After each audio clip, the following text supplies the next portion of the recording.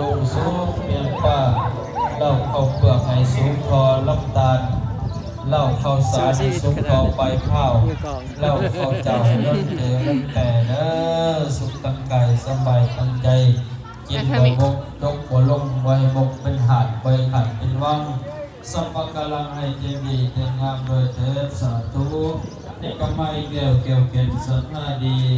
ได้ออกบุญบอนเรื่องสีบังไฟก็ย่อยมือหนังกันจังสมาไว้ให้ผู้เป็นดาบัณฑิตต้องเสกพร้อม สวัสดีอาจารย์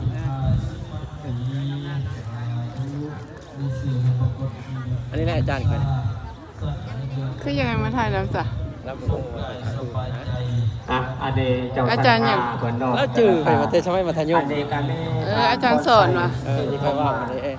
เพิ่นมาจากบ้านสนามไส้นครปฐมสวรรค์ ค่อยๆค่อย ได้ ๆหยุ มา ด บริจาค500,000 กีบอดีทานพรไส้ที่พบบ้านจากนครปฐมสวรรค์บ้านสนามไส้500,000 กีบมาได้มาบริจาคอันนี้ได้ครับแล้วดอกของขอบใจนครหลายเด้อ เอ้า หยุด บ่ได้ สัมปา